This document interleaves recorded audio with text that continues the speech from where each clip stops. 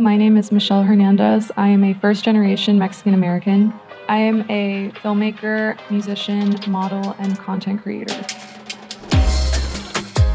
I like to find small pockets of Mexican culture in the city. Today we went to Los Tacos and La Sirena, which is the only Mexican folk shop in Manhattan.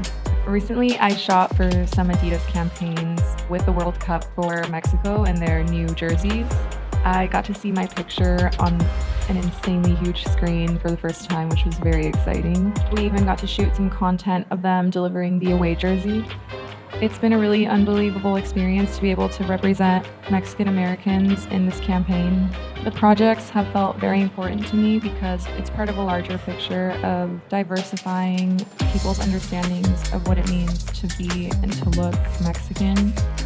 My ultimate dream is to find and show the beauty in Mexican culture.